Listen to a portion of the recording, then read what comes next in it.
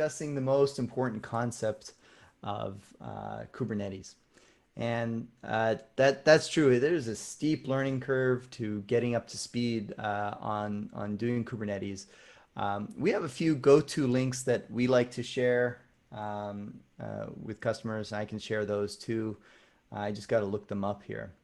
In the meantime, anybody else want to chime in? Or Eric, why don't you add a little bit more context of what like you were frustrated with at that moment?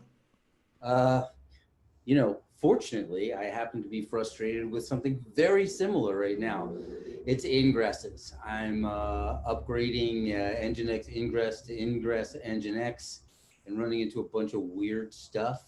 Uh, but this was what led me to talk about that because, as I started peeling away layers on the ingresses and the controllers and the path in, because what we are trying to do is get requests that come in, hit the proxy to stay on that node, um, just to cut traffic down and stuff like that. But running into the ingresses now, ingress controllers, that was one of the things. Like this whole path in, an ingress controller, and what are the associated things that you might run into?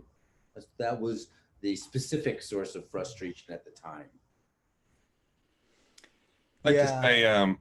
say, one of the things that has helped me as an important concept for Kubernetes is the foundational design goal, which is that there should, more or less, obviously there's some exceptions, but there should generally not be any global configuration.